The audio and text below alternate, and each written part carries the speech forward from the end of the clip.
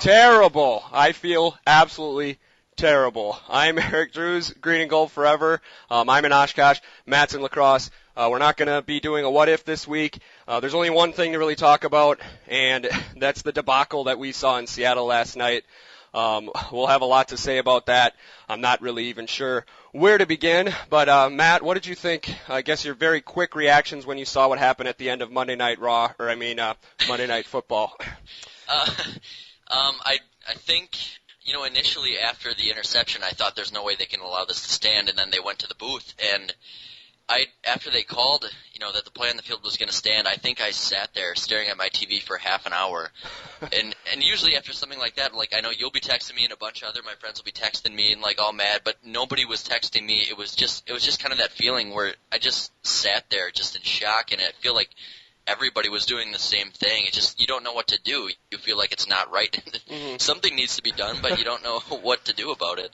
Yeah, I was on the phone with some friends, and I get a ton of texts and calls, and I think everybody expects me to be the resident maniac amongst our group that watches the games together, which is true to some degree.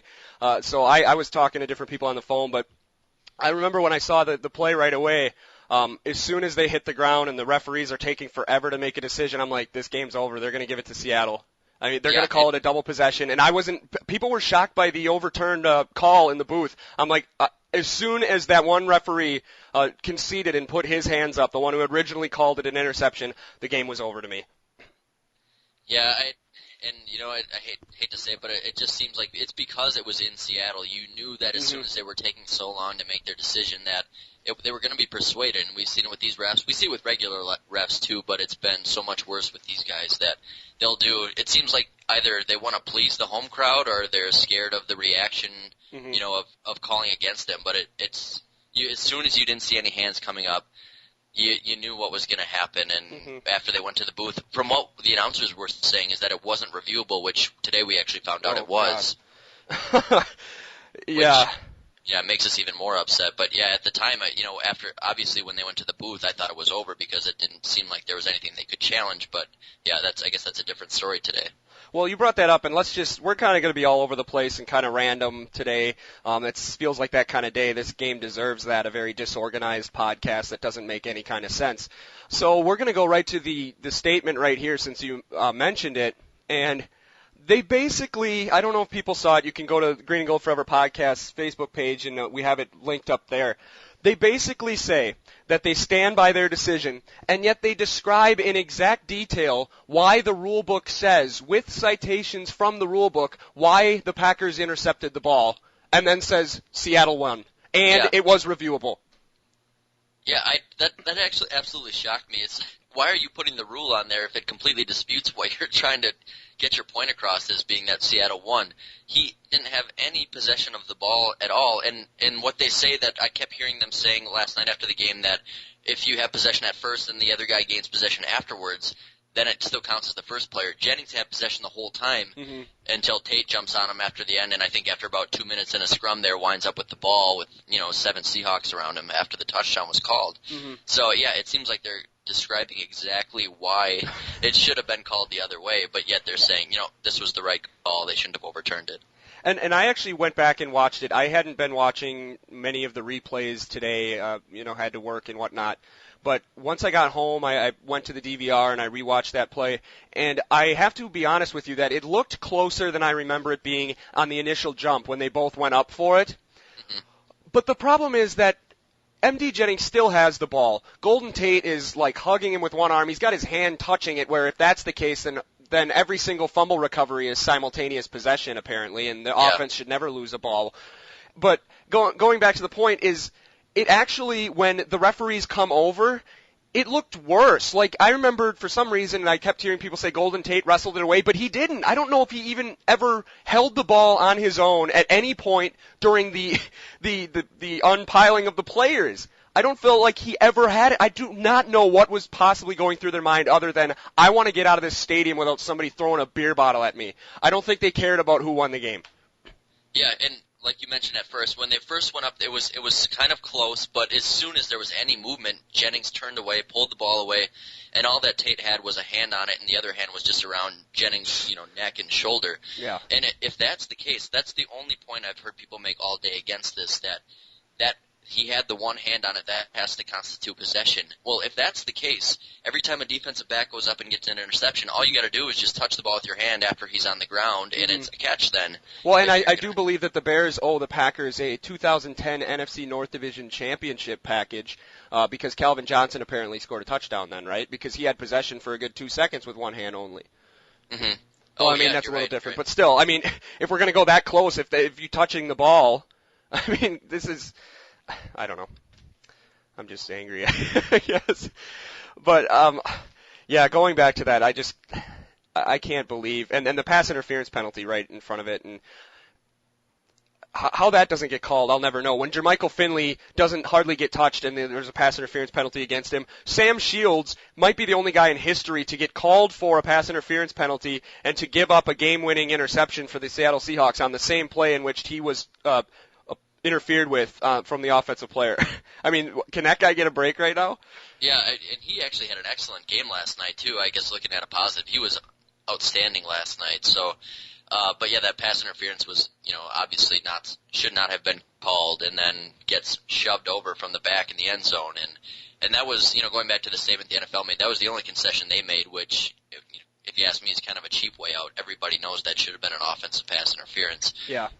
But they, didn't concede on the catch at all. So, I guess maybe that makes some Packer fans feel better. I guess it doesn't make me feel any better because there's absolutely no way you could say that wasn't offensive pass interference on Tate. Well, and the thing too is with that statement where they did concede that was pass interference, which I kind of expected them to do that, but I never, apparently this, I mean, I know this happens every single week where there's a controversial call and they send a letter to the team saying, whoops, our bad. Probably the most glaring example of this would be the Giants-49ers playoff game in 2002 when the guy got tackled when the field goal snap got screwed up. But I was really hoping that the NFL would grow a set and post on their website that basically something to the degree of the Packers won the game, it was an interception, the referees screwed it up, but we cannot overturn a call in which we can't take a win away from a team that left the field victorious officially. We just can't do that. We're not going to get into the business where we're overturning our referees. They do the best they can. Sometimes they make mistakes. This was a very bad mistake. We acknowledge that it affected the outcome of the game, but we cannot take away a win from a team that fought hard all day. I would have been fine with that. I think they would have done that if it wasn't this whole referee situation going on. Yeah. I think if it was the regular refs making that kind of a call, I think they would have. But Goodell has to keep, his position of power in these negotiations with the regular referees. Mm-hmm. He's not, regardless of how obvious that call was, he's not going to come out. Roger Goodell, he's not going to come out and say that they were wrong. Mm-hmm. He's not going to say that the NFL is wrong. He's going to make it seem like, everything's great with these replacement officials. Yeah. I was kind of thinking that last night as this was going on and thinking, like, what's Roger Goodell going to say about this? And I was like, well, you already know that he's not going to admit that this call was wrong just because of, trying to keep the upper hand on the regular referees and negotiating. Mm-hmm. I wonder if he even watches every game. Like, I don't know. I mean, just kind of a thought, but he probably, I was imagining him coming out and being like, oh, yeah, that was a great touchdown run by Russell Wilson for a big win for the Seattle Seahorns. Yeah, I don't know. Yeah, but I don't know. I think, and you're right. They really can't admit anything beyond what they did because of the risk of giving up any kind of bargaining positioning over to the referees union. But you also make it sound like we're a bunch of idiots when you basically describe exactly what we saw and then say, but Seattle still wins. Yeah, not one person agrees, has said today, and watching ESPN all day, listening to radio, not one person has said that should have went Seattle's way. How is the NFL the only, organization or group of people that is saying that, oh, no, that was the right call? They're the only people.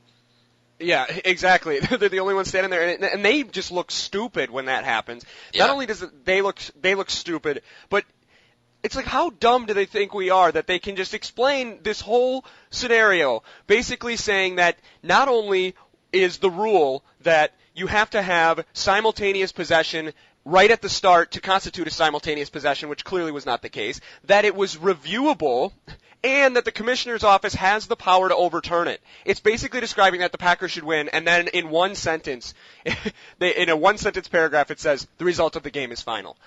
Yeah, and I don't know. I don't know. Kind of looking back onto it, I made myself a little list here, and I came up with 4 reasons why that could have been called the way it was. If you want to hear me out here and maybe see if there's one that you agree with the most. And yeah, I'd love to hear them.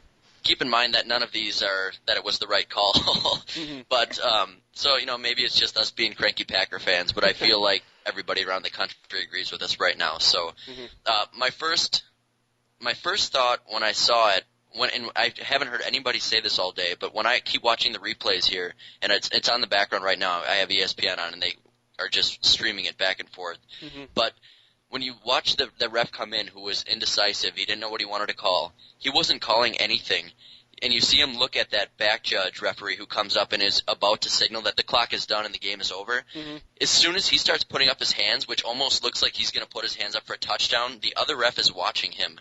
And as soon as his hands start going up, the other ref then starts putting his hands up. So I'm kind of thinking he wanted to wait and not be the first one to make the call. I think they're all like that, to be honest with you. What's that? I said I think they're all like that, to be honest with you. Yeah, so he made it look like he wasn't willing to make the call. He thought the other guy was going to signal touchdown, so he was going to do it too and make it look like he agreed with them. But then the other ref went a different way, and he was kind of stuck there with his hands in the air, signaling touchdown. It just kind of looks like you see him come in, he's watching the other ref, just seeing what he's going to do, sees the hands start to go up, and that's when he makes that call. And it just kind of seemed like he was just waiting for somebody else to do it, and that's why he ended up making that call, whether he wanted to stick with it or not. Mm-hmm. And, they knew that they were going to get ripped apart if they overturned it too, so, that kind of makes things difficult there. Well, that's why one of the reasons that, we've discussed this kind of, privately for years, where we would be in favor of the booth official being in, like, NFL Network studios. He can't use the field evidence anyways, so why doesn't he be in a remote location where he's completely uninfluenced by the fans and have the referee phrase an overturned call and put it all on the guy that's remote? Like, say, the booth official has overruled the referees on the field and awarded the game to the Packers, so that those referees can basically say, well, we tried to win one for you, but that guy down in Inglewood, California just ruined your time. Sorry, we're there with you. You know what I mean?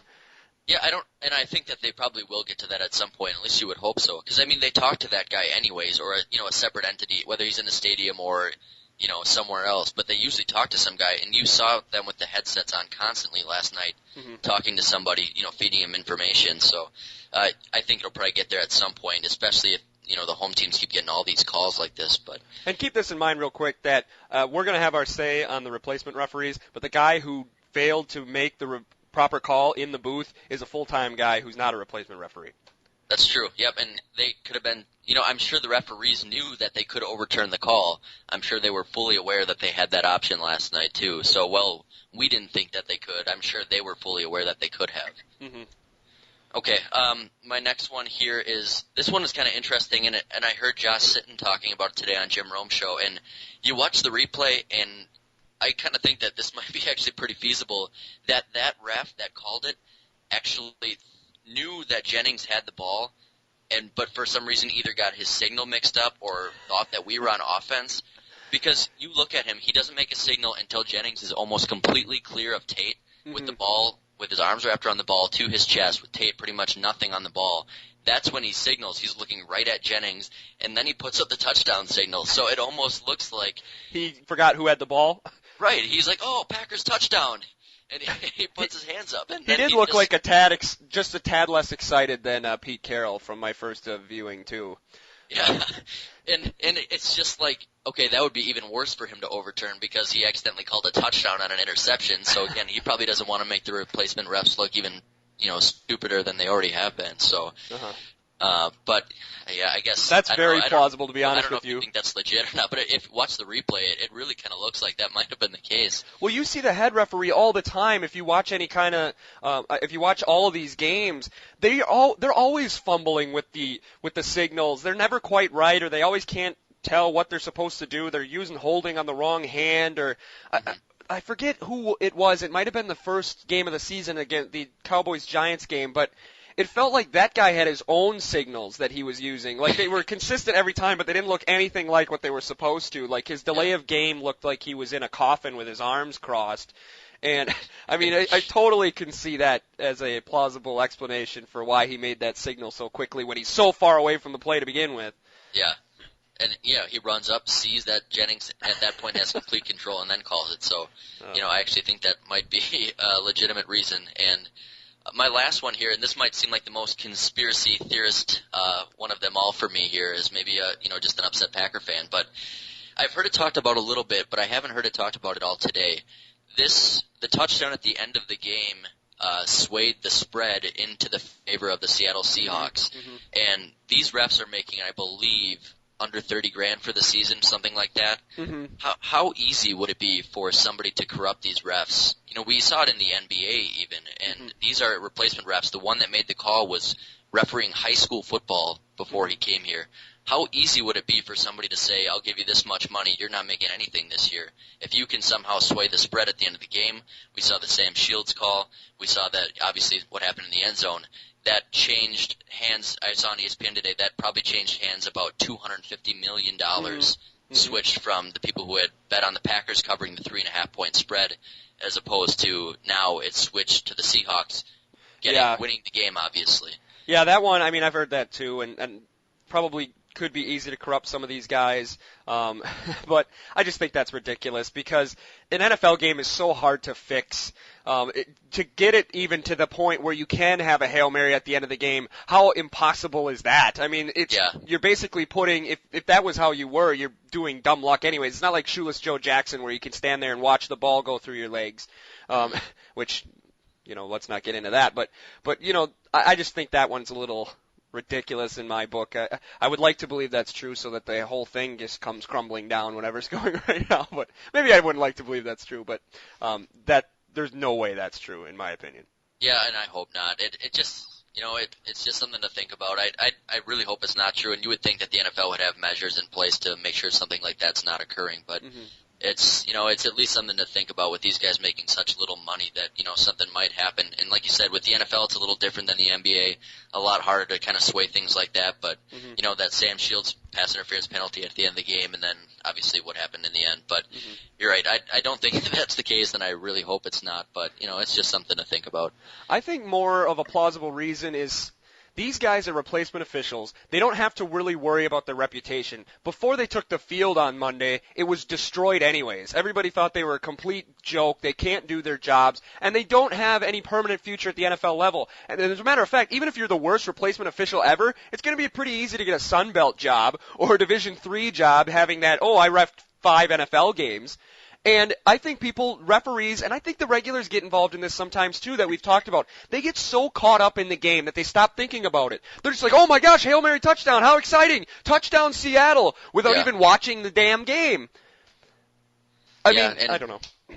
I completely agree. That's not just a replacement ref thing. The regular guys do it all the time. Yeah. And one of the biggest ones that bothers me, and I'm sure you'll know the guy's name, but I can't think of it. But the guy who makes the call, he'll say, like, holding, and he'll point kind of one way and then whip his arm back the other way. Oh, that's Mike Carey. Mike Carey, yeah.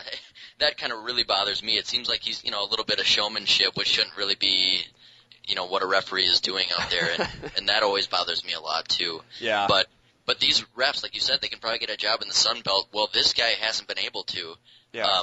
I heard today they were talking about this, that I think like 5 of the guys, I think, that are replacement refs got fired from the Pac-12 because they weren't good enough. I heard one got fired from the Lingerie Football League. Really? Yeah, Deadspin. It was on Deadspin. I mean, they've been pretty accurate. Obviously, they report things in a little different style than your typical sports reporter, but it came from the Lingerie Football League themselves. I think the commissioner of the Lingerie Football League was the one who revealed the information that one of these guys had been fired because he wasn't a very good referee in the Lingerie Football League. That's incredible. Yeah, it's on Deadspin. Apparently they didn't have to apply for these NFL jobs, and they just kind of grabbed whoever. But because like I said, this guy who made the call was refereeing high school and Division III football before the call up. The guy who had made the touchback signal in the end zone was just, I think, refereeing I think it was. I think it was Big 12. Big 12, games last year. So I mean, that's at least a little bit better. But it's. Yeah. I mean, these guys aren't going to be getting college jobs most likely after this either. So. Mm-hmm. Well, and they, especially now, ESPN just at the 5 o'clock hour had the names of the 3 guys that were responsible, the head referee and the 2 guys that were confused in the back of the end zone. So they're probably going to be blacklisted from a lot of conferences at this point. Yeah. Who knows if they even ref next week, to be quite honest with you. But it would be hard for the NFL to keep that under wraps. It would be hard to support your referee and say the call stands and then get rid of these guys. So they're almost stuck with the 3 that are most responsible.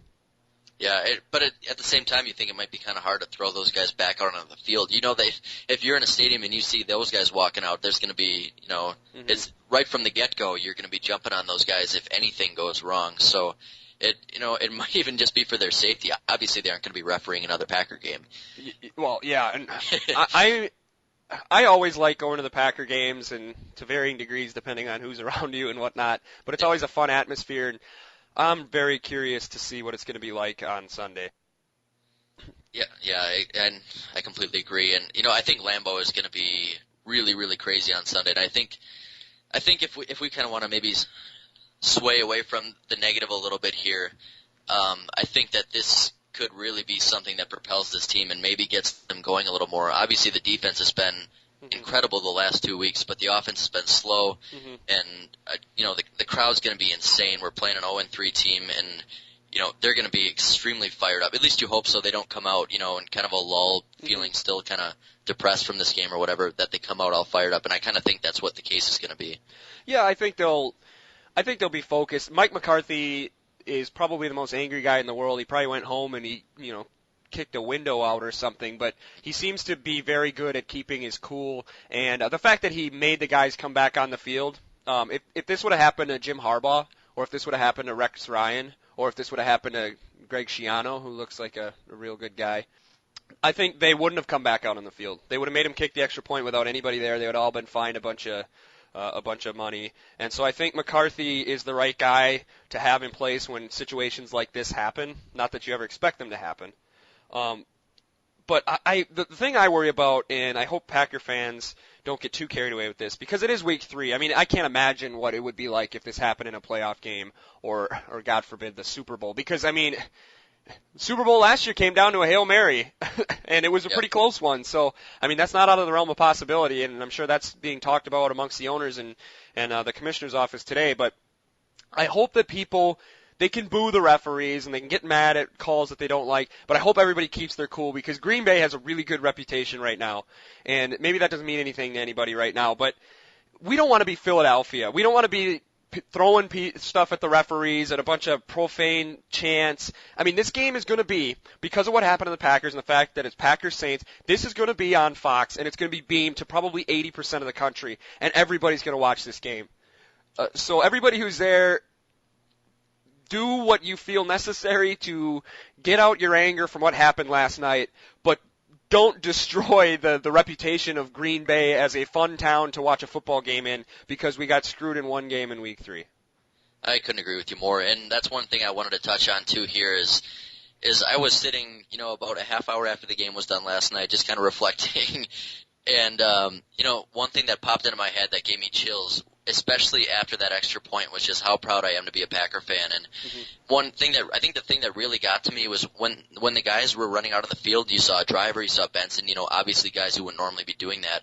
But the thing that got me was MD Jennings digging around in the bucket of helmets, trying to find his helmet. This is the guy that just got his interception overturned, that would have won the game.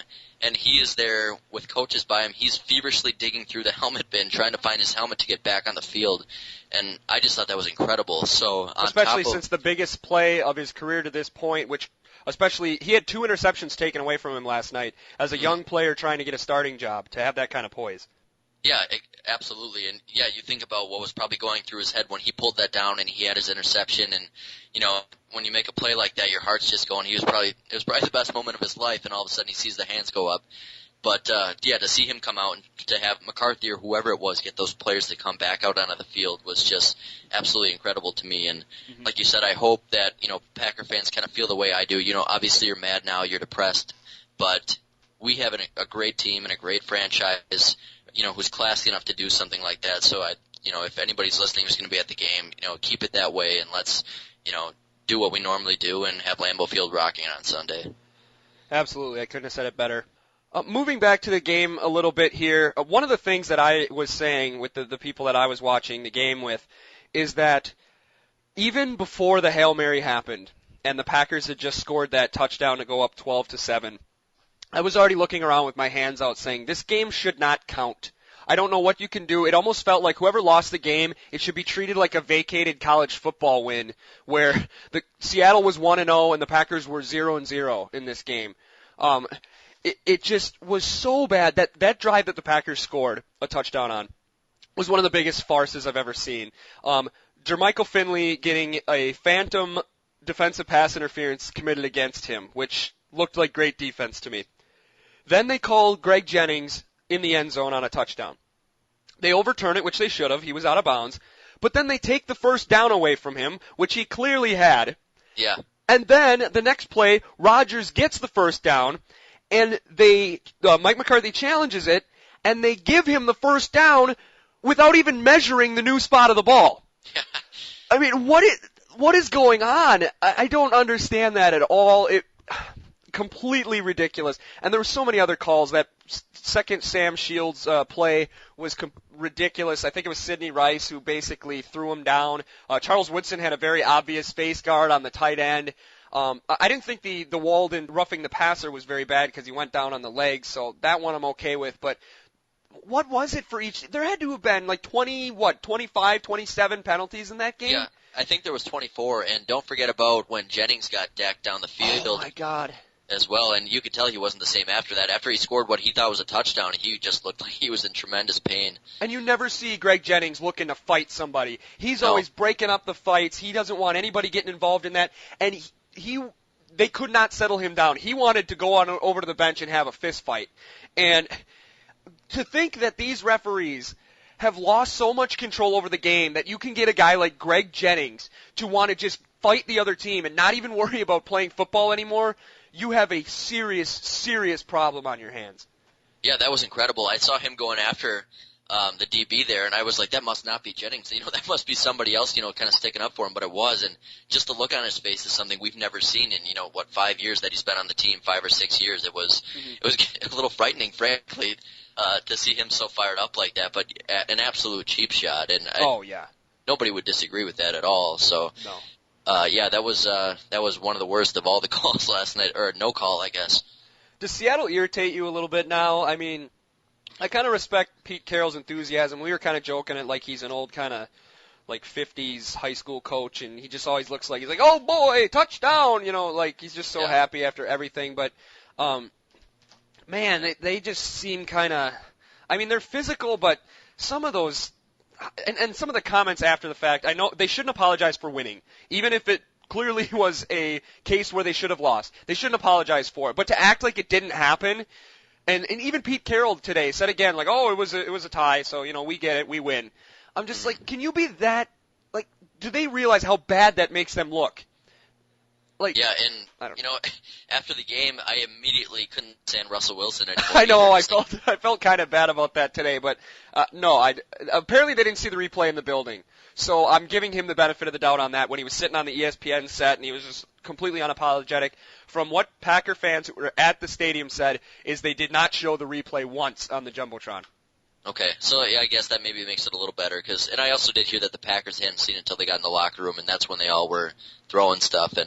But yeah, Russell Wilson having him sit there saying, oh, what a great play that we made, and same with Golden Tate, saying he didn't have the pass interference, and then Carroll jumping around like like you said, looking like a high school coach, and yeah, I mean, they used to be, before last night's game, I would say that they were probably my second favorite team, just because I respected the crowd, I thought their secondary was good, and Marshawn Lynch is fun to watch, they had Russell Wilson, but I can't stand them anymore. Yeah. And I'm not mad at their fans. I don't think you are either, because we would have done the same thing in Lambeau. Oh, but, yeah. But yeah. Yeah, and it's they don't have to apologize for winning the game, obviously, and I don't even think I necessarily blame Golden Tate for not owning up to the pass interference last night either. Mm-hmm. I mean, he didn't have to be so coy about it, but yeah. But yeah, they they bother me now, and it's going to be any team like that. We hated the Eagles after 4th and 26, and we still hate the Giants after they took us out twice in the playoffs. I hate the Cardinals, but not because they beat us in the playoffs, but because they had the audacity to get to the Super Bowl after winning one playoff game in 70 years as a 9-7 team. But yeah, no, you're totally right. I mean, that's going to happen a little bit. But did you, by any chance, see the Yahoo article? I think Michael Silver wrote it. Was about Marshawn Lynch in the supper club after the game. No, I didn't. He was sitting there celebrating the win. I think there might have been some other players with him and maybe some of his friends and family. And he had not seen the replay yet either. He was just out there enjoying his evening and being happy that they won the game. And he saw the play. And they're all dancing, or not dancing, but they're all just talking and having a good time. And he said they all looked when they finally showed a replay of it in the club that they were in, and they watched it, and the entire table went silent. And somebody at the table said, "We didn't win this game." And nobody said anything. They said it completely like everybody was just somber after that. They even observed Marshawn Lynch talking with some Packer fans outside of the supper club as he was leaving, almost in an apologetic way. Talking about how the Packers would be fine, and man, sometimes things like that happen. What can you do as a player? Almost to the point where they felt horrible that they won a football game that way. Yeah. Well, that's nice to hear, I guess, at least. I mean, it obviously doesn't change the outcome, but you like when a player at least steps up like that. So, I've always been a big Marshawn Lynch fan, and I think he's run into some trouble, but he's fun to watch, and he seems like a good guy. So, yeah. I don't know who else was there, but that's a pretty interesting story to hear. So.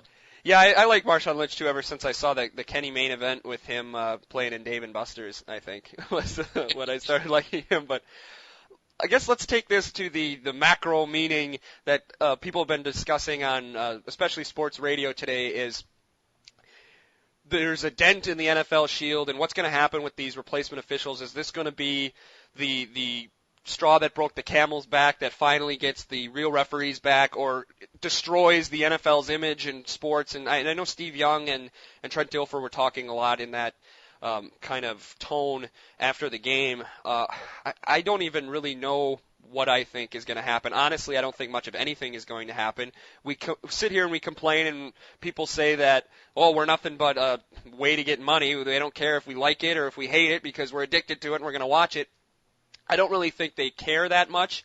And to tell you the truth, I don't think it makes them villains. I don't think there's a lot of companies that really care all that much. I mean, they care some, but I think that's kind of the nature of the beast. And I'm certainly going to watch on Sunday. I'm probably going to watch on Thursday now that Time Warner Cable has the NFL Network. I'm probably going to watch 2 or 3 games on Sunday, and I'm probably going to watch one on Monday next week. So I don't really know if this means what some people are saying it means. What are your thoughts on that, I guess? I'm just kind of rambling here, but what do you think is the grand meaning that is going to come out of this, if anything? Yeah, I think you're right. I don't think any, honestly. And, listening to Dilfer and Steve Young talk last night made me feel a lot better, and hearing these guys rip the NFL a little bit made me feel really good at that time, but I don't think it makes any difference.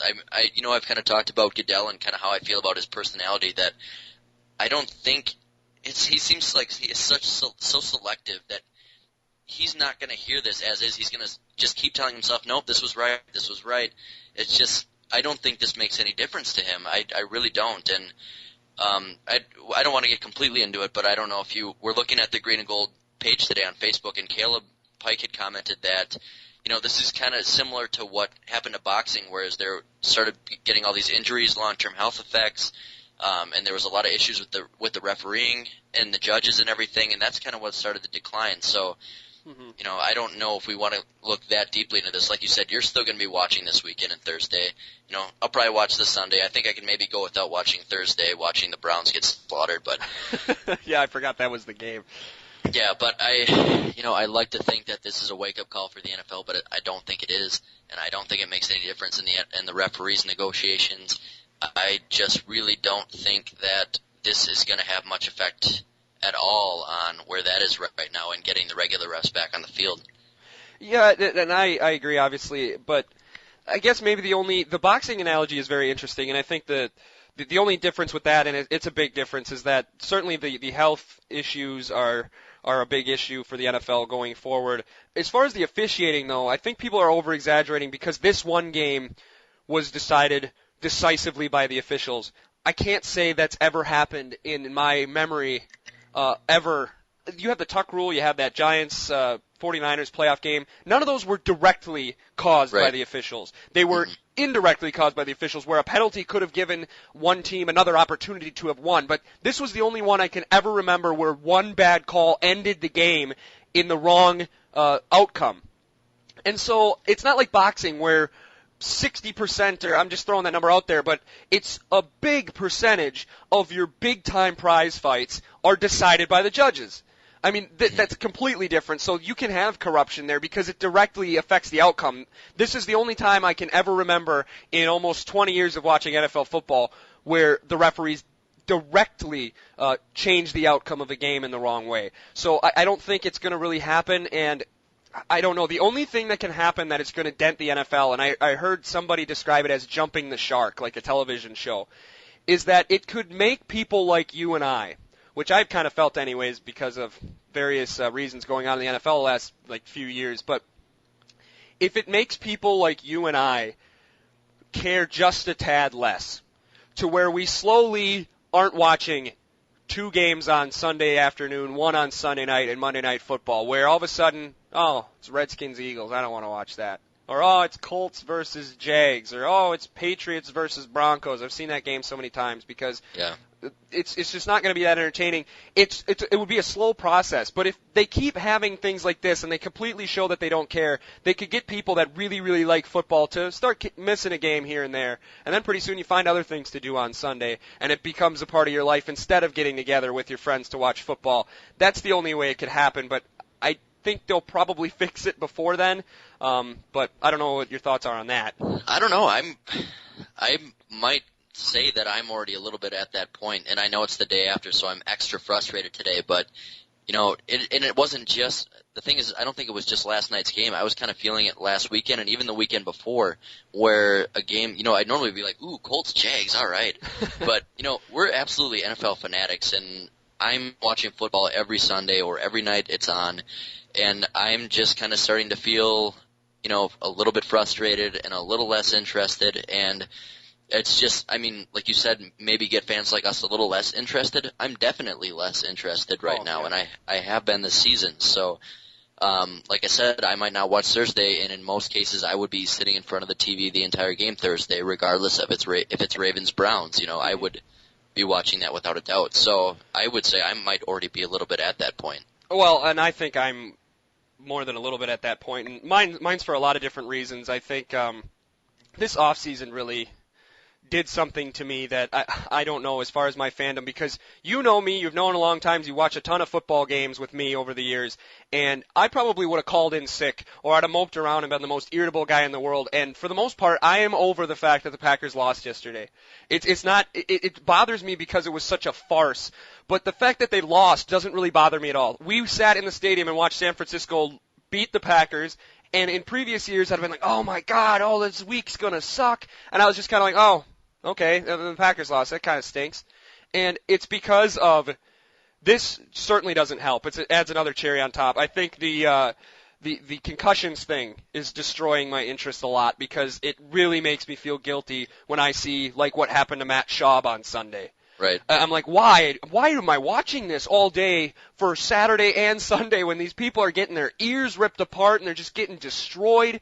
And the same thing happened when I watched Vic play the Ravens the previous week. Just this is just hard to watch. And then also the fact that I think they have too many teams and they have diluted talent. John Gruden talked about the players putting in so much time that they can't get cheated in something. Well, that's kind of the eureka moment I had watching the Giants walk off the field after beating the Packers in the playoffs, to go on a little bit of a tangent, where I sat there thinking, why do I let this one game dominate my entire week and change my mood for what it is when they're going to go 15-1 and they're going to play a team that if they were a college course, 9-7 would have them fail the class, and they're going to come into Lambeau Field and beat the best Packer team that we have seen perhaps in the last 50 years and beat them decisively. Why do I care for every regular season game when they don't really mean anything? People are getting hurt, and now they're not even playing by any sort of set of rules. And so if they start adding all those things together, maybe I'm not watching Bengals versus Redskins, or maybe I'm not watching Browns Ravens. Maybe I'm watching the Packers. Maybe I'm watching it like I watch baseball, where I'm watching the Brewer games, and then Phillies Nats, Athletics versus Rangers. I don't care. I could care less about the other 29 teams in baseball. And it's very possible that if it keeps going down this road in the NFL, I could eventually get to that point too. Yeah, and I think it's going to be a while for me to get to that point where I don't watch any random games. But I agree. I'm that way with the MLB. I'm that way with the NHL and the NBA too. I have a really hard time watching random games without a team that I have specific rooting interest in. So regardless of what happens, I'm always going to watch every Packer game. But it could, if things keep going this way, and I don't think the NFL will let that happen, but if things keep going this way that, you don't care about those random games, which normally I look forward to all week, every week, looking forward to Sunday, even if the Packers don't play.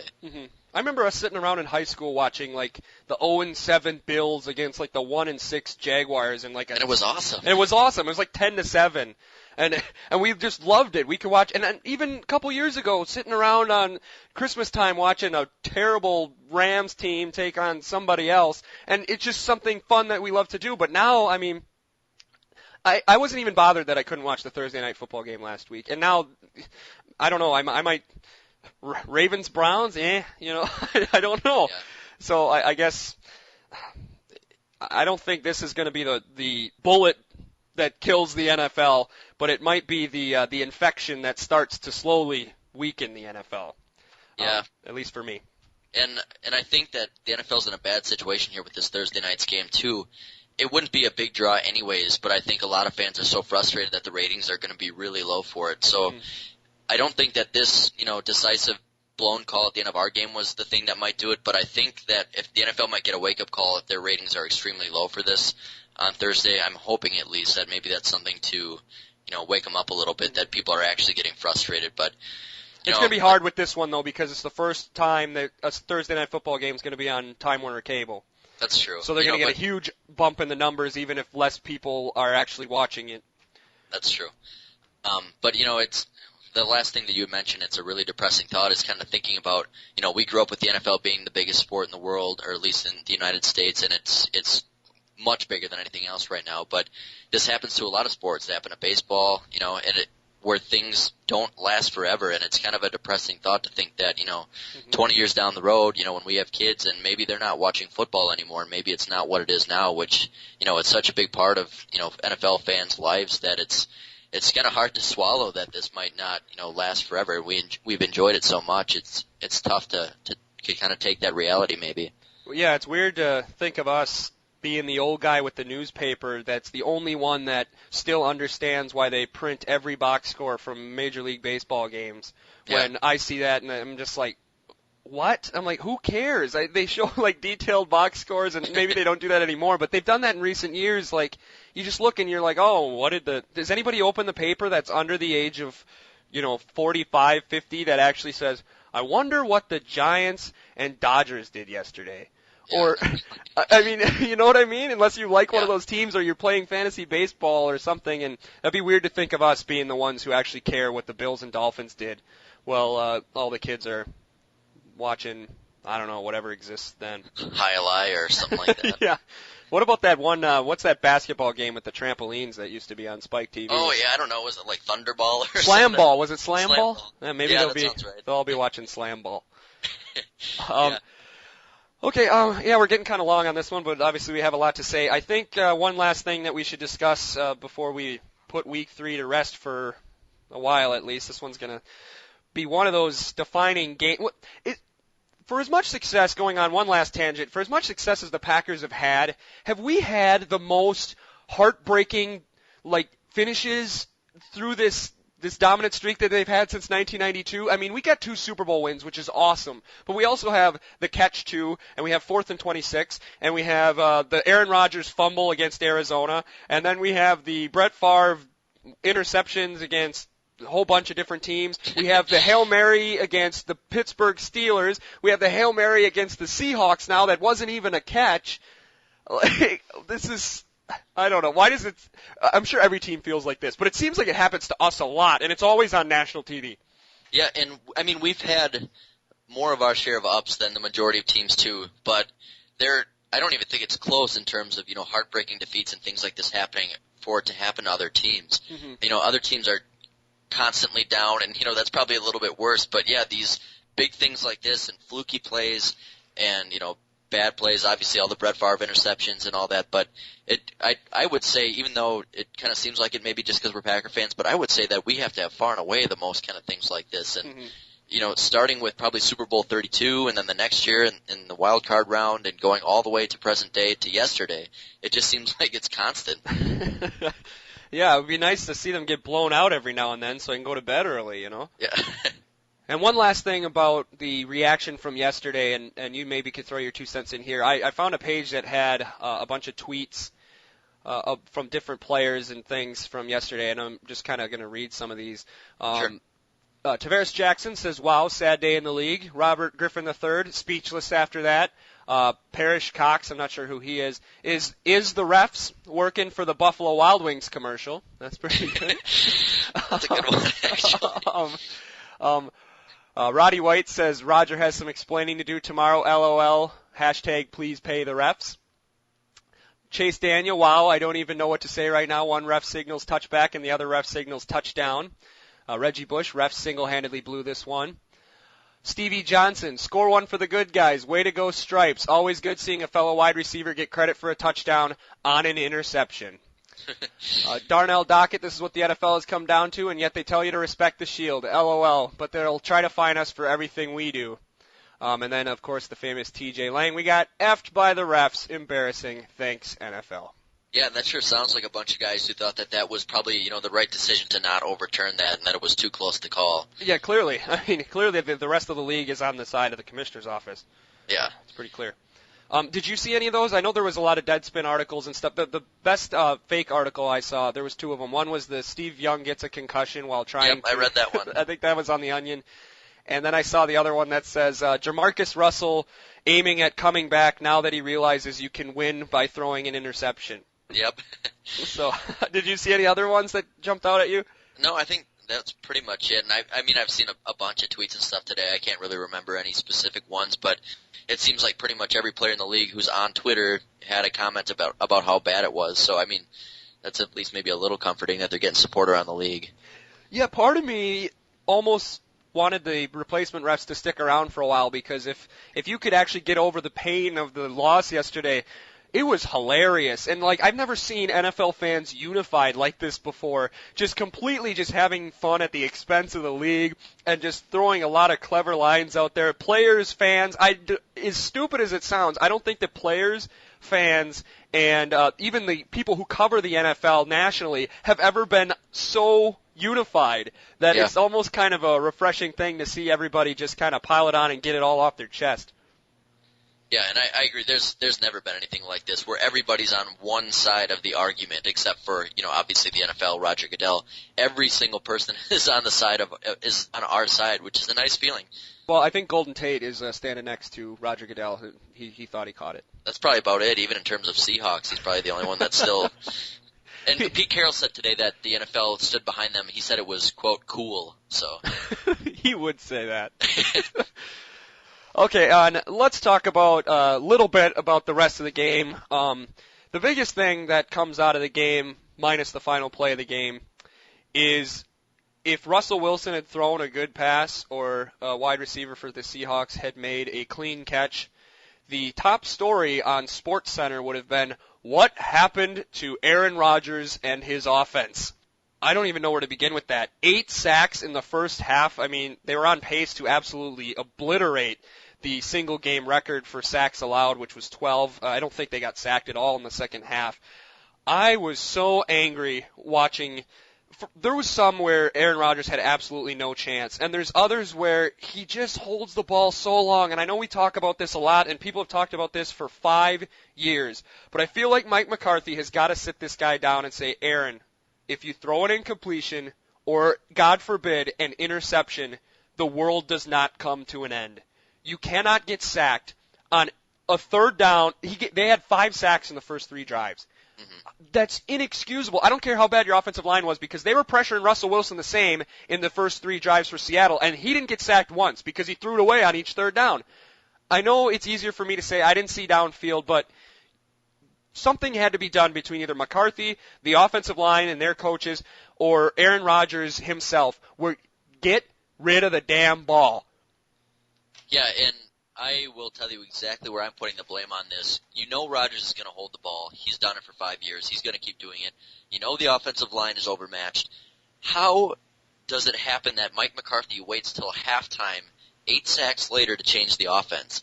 I thought 5 wide was a great defense for sacks. You don't have to go into halftime to call a different play. Every route, it seemed like, was deep, and Rodgers had no chance at completing a pass on these third downs. How, if I play, Madden or NCAA football or something, if my quarterback's getting pressured, I'm going to start running screens or quick slants and not keep running a Hail Mary every play. With double moves on the end of it? Right. So as a big-time football fan and somebody who played a little bit of football, I know enough that you don't wait 8 sacks into a game to start changing your play calling. Mm-hmm. That's absolutely inexcusable. And McCarthy today came out and said, I should have done it earlier. Why didn't he? Yeah. Why was there not a coach on the sideline saying, you know what, Mike, maybe we should start running some slants, or maybe we shouldn't send 4 guys on a fly every play? I don't get it. He's a good coach. He's a great offensive mind. How is he not making this adjustment before halftime, which obviously then it got through his head. Mm-hmm. All right, I've got to start doing something different. Why did it take that long?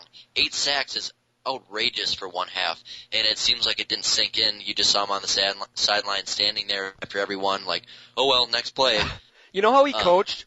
He coached like that guy you play in the dorms that doesn't play Madden and doesn't really watch football, and he calls like a Hail Mary shotgun pass on every single play, and no matter how many times you intercept him or sack him, he does the exact same one every single time, and just like, oh boy, I'm going to try again, and throws it into triple coverage. He coached like that. You can't have it. If you're getting sacked that many times, the defense for getting sacked from a 4-man line 8 times is not 5 wide with double moves on the outside. and maybe that's too simplistic, but like you described, you're completely right. What is taking him so long? And that almost seems like a trait of the Green Bay Mikes that we've had as coach during our era of watching Packers football, where it just took them forever to finally realize that my offensive philosophy for this game is not going to work. I have to use something else in my bag of tricks. And all 3 of them had so many tricks at their disposal. Why does it take a whole half? You almost set an NFL record. They might, one Seahawk got 4 sacks in the quarter. And that was, I think, an NFL record. So, I mean, you're already setting records. Just do something else. I don't know. They didn't establish the run game either until the second half. That's when they kind of decided to start going at that, and Benson looked awesome. So, but honestly, on some positives, I thought there was a lot last night, to be honest. And after the sacks of the second half I was having a lot of fun watching that game in the second half. Until the end, the last few drives where the refs got really bad. But it was a nice defensive battle. Rodgers started moving the ball a little bit, but the young secondary guys were playing really well. M.D. Jennings, obviously. Casey Hayward had a great game. Dron McMillan had that pick that got called back. And I thought that was really, really promising to see those guys playing so well back there against, a fairly decent offense. I mean, not world beaters or anything, but pretty good. Oh, and McMillan had that first interception, huh? That one that got called back on the the roughing Oh, the okay. pass. I thought that was M.D. Jennings too. Okay, I alluded to that earlier. I guess I was wrong. Yeah, that was a great interception, one-handed catch, and but the defense was incredible. What has happened since week 1? And usually we can kind of pinpoint something, but I can't for the life of me come up with an explanation of what has changed since week 1. Why this defense is all of a sudden as good, if not better, than they were playing in 2010. I can't either, and it's obvious because San Francisco's a really, really good. Oh, wait, maybe they're not that good. I mean, they're decent, but I mean they're not any better than say the last couple of teams we've played on a regular basis generally. So we're in the awesome super parity era of the NFL where whoever fumbles the least is going to win the Super Bowl, which is real fun. Yeah, and whoever has the least guys on IR, and except, I guess, with the exception of the 2010 Packers. But if you're going to have a ton of guys on IR, you got to do it before Week 10, and then you can win the Super Bowl. It doesn't matter after that. You just can't get guys hurt in December. Otherwise, you're fine. Yeah, and one last note here I had for this game. It is time for us to make a change in our Hail Mary defense. Oh. Put Jermichael Finley out there. No team in NFL history, I don't know this stat is true. I'm just saying it because it has to be. In the last 4 years to allow 3 end of the half or end of the game Hail Mary touchdowns? Yeah. That's unreal. How do you not change something? I know we kind of saw it backfire on the Badgers with Jared Abbrederis in the end zone against Michigan State last year, but put Jermichael Finley out there, or put a big body out there. Put somebody who is not going to get out-jumped by a guy who's 4 inches taller than he is. Mm-hmm. I mean, those guys don't have a chance on a jump ball. And obviously, Hakeem Nicks is going to get up there over Jarrett Bush and catch a touchdown pass. I mean, you have to do something to defend that. You can't just hope that they don't catch it. Yeah, they might need to practice that whole play, because I was thinking of that on the way home from work. I was trying to think in my head the last time the Packers scored a touchdown on a Hail Mary. And the last time I could was in '96. Do you remember when Favre had that kind of stumbling weird throw to Freeman against the Bears? It wasn't the one that they always show. It was one of the other ones where they're all bumping into each other and he catches it. I think that was at the end of the half. That literally was the only time I could think in the time that we watched the Packers that they've caught a Hail Mary pass. Yeah, and that's 17 years ago, and we have allowed, 3 in the last 4. What was the Steelers one? Was that in 2009? 09. That was December of 09. So in the last 4 years, we've allowed 3, which is just unreal. It's not something you usually think of that you have to spend a lot of time on. You're going to be having more defenders down there than receivers. Just knock it down. But obviously something's going on that we have a huge problem with it. Yeah, I don't even know how you begin to address that, but yeah, that's obviously 3 is a trend, if you believe that old adage. So the only thing I'm going to say about the offense is I was definitely encouraged to see them be more effective in the second half. Why can't they score touchdowns? They seem to be able to do whatever last year, and we said last week we're not going to compare them to last year, but in 2010 they didn't have problems scoring touchdowns. In 09 they didn't have problems scoring touchdowns. What did they get? Inside the Seattle 15 3 times, and they got 1 touchdown out of it? I mean, we have one of the most boisterous tight ends in the world that likes to talk all the time. He can't get open in the red zone. We have a huge 6'4" wide receiver that can outmuscle anybody. You can't throw a fade to him. I don't know. There's something right now that this offense can't seem to get past about the 15, and that just is kind of concerning because it's week 3. I mean, the season isn't over, but it's starting to get to the point where if you don't make these changes, this just might be who you are. And if you can't score touchdowns, you can't tell me that all 3 of these defenses we played are all great defenses. That would be quite the misfortune of the Packers to play the 3 best defenses in the league in the first 3 weeks of the season. I think they're all pretty solid, but certainly you're going to play better than that. And if you're going to have a chance to win, you're going to have to learn to score touchdowns on good defenses, especially if you're a team that went 15-1 and won the Super Bowl 18 months ago. So hopefully they can figure out something to address that. Yeah, and again, I always love to be able to say, what's wrong with it, but in this case, it's kind of hard to tell. You've got all these red zone weapons or people who should be red zone weapons, and it's just not happening. And we can't afford to kick 2 field goals getting down the field in those 2 situations, in the early second half. So something's got to change. I'm sure McCarthy will look into it, and hopefully he'll come up with something, but it's been going for a while now. So, like you said, something's definitely got to get done to fix that, because that's a big problem, especially going into a game where we're playing against one of the best offenses in the league. Well, if they don't light up the Saints, I'm going to hit the panic button. Yeah, and I would completely agree there. If there's a defense you're going to finally put some points up on the board against, it's the Saints. This is the defense to do it against, is the team to get going against, and we absolutely have to score more than 12 points this week. That might be the best way we can wrap this up. Hopefully the fans and the team can all keep their composure, remain professional, and show the rest of the league that the Green Bay Packers are still a force to be reckoned with in 2012. Let's blow out the Saints, and let's represent the city of Green Bay and the state of Wisconsin in a professional manner for those who are going to the game. I think that's it for me and Matt. Thanks, everybody, for listening to us. I hope you enjoyed the podcast today. And we did have some remarks on Facebook, but we're getting kind of long, so maybe we can read some of those next week. We tried to respond to those on Facebook, but please give us your feedback to this, and if you have anything else to say about anything going on in the NFL, which is basically just the Packers right now, let us know on there. You can also hit us up on Twitter at greengold4ever. That's green gold, the number 4, the word ever on Twitter.